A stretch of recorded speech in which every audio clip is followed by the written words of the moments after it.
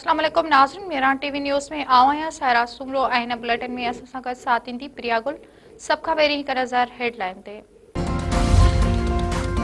Field marshal Syed Asim Munir चयो आहे त मुल्क जी सरहदी सालमियत ऐं शहरी जे तहफ़ुज़ ते को बि समझौतो न कयो वेंदो। उहा पाकिस्तान आर्मी जी पहिरीं तरजीह आहे। नेशनल सिक्योरिटी वर्कशॉप में शिरकत कंदड़नि खे ख़िताब कंदे फील्ड मार्शल वधीक चयो आहे त इलाइक़ाई सूरतहाल तेज़ी सां तब्दील थी रही आहे। गैर मुल्की हिमायत याफ़्ता दहशतगर्दनि माहौलियाती जंग समेत पेचीदा चैलेंजिस आहिनि। पाक फ़ौज अज़म ऐं पेशवाराणे सलाहियतनि सां क़ौमी सलामती लाइ पुरअज़म आहे। फील्ड मार्शल पारां वफ़ाक़ी सूबाई हुकूमतनि सां मुकमल ताउन जे अज़म जो इज़हार। अॻूणे वज़ीर आज़म नवाज़ शरीफ़ चयो आहे त बानी PTI अकेलो ॾोहारी न आहे, पर उनखे आण वारा बि वॾा ॾोहारी आहिनि। ॿियनि खे चोर ऐं डाकू चवंदड़ पाण चोर साबित थियो।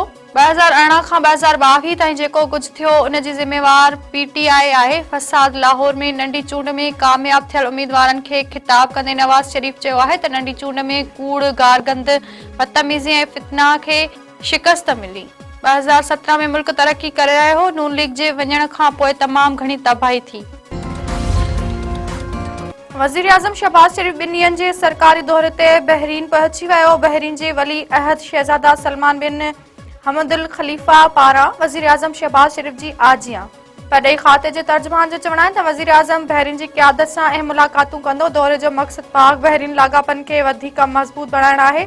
परॾेही तर्जुमान जो वधीक चवणु आहे त दौरे दौरान वापार, सीड़पकारी, तवानाई, टेक्नोलॉजी, तइलीम ऐं ॿियनि शोबनि में ताउन ते ॻाल्हि ॿोल्हि कई वेंदी।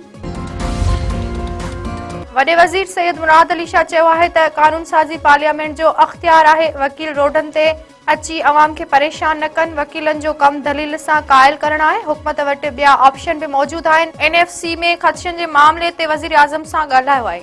कराची में मीडिया सां ॻाल्हाईंदे वॾे वज़ीर वधीक चयो आहे त कारूंजर असांजो आसासो आहे, उनखे नुक़सान पहुचण न ॾींदासीं। 10 खां 15 साल अॻु थरकोल लाइ बि माण्हू ईअं ई चवंदा हुआ, पर अॼु थर पाकिस्तान खे तब्दील करे छॾियो आहे। वफ़ाक़ी आईन अदालत कारूंजर बाबति केस जी ॿुधणी अणॼातल मुदे ताईं मुलतवी करे छॾी। चीफ जस्टिस अमीनुद्दीन जी सरबराही में 6 रुकनी बेंच तरफ़ां ॿुधणी। सिंध सरकार जे वकील वकालत नामो वापसि वठी छॾियो।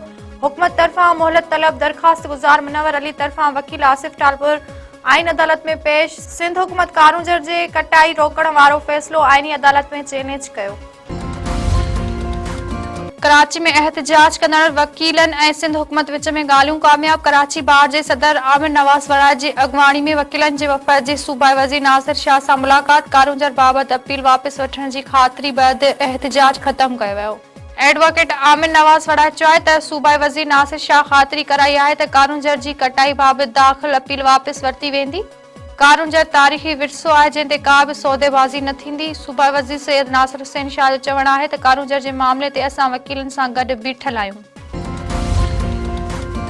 करमपुर वेझो हथियारबंदनि SHO बख्शापुर जे नौजवान पुट ऐं मासूम पोटे खे क़तल करे छॾियो। जमाल थाणे जे हद में मोटरसाइकिल सवारनि मथां हथियारबंदनि जी फायरिंग में 6 वरियनि जो मुज़मिल पंवर ऐं 25 सालनि जो गुल हसन पंवर क़तल थी विया। मारिजी वियल नौजवान SHO बख्शापुर सिकंदर पंवर जो पुट ऐं बाड़ो मुज़मिल पोटो हुआ। नींगर खे स्कूल खणी वञण दौरान मथनि हमलो कयो। लाश ॻोठ अब्दुल ख़ालिक पंवर में घर पहुचण ते कोराम। ॾोहारियुनि ख़िलाफ़ कचे में ऑपरेशन जी रद्द अमल में वाक़ियो पेश अचण जा चोबोल। नवाबशाह बोर्ड जे ए मार्किंग नतीजनि ख़िलाफ़ समेत शागिर्दनि रोडनि ते निकिरी आया। टंडो आदम, खिपरो, शाहपुर चाकर ऐं शहदादपुर में 11 ऐं 12 क्लास जा शागिर्द सरापा एहतजाज। शागिर्दनि एहतजाजी मुज़ाहिरो करे धरना हया।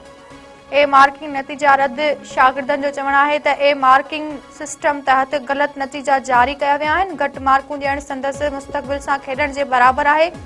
शहीद बेनज़ीर बोर्ड जे चेयरमैन खे हटाए नतीजा ॿीहर चेक कया वञनि। मुझो जमालो जतन सां मुझो जमालो आ सिंध सां ये सिंधड़ी सुन लाल जी जे में रोज़ो लाल लतीफ़ जो।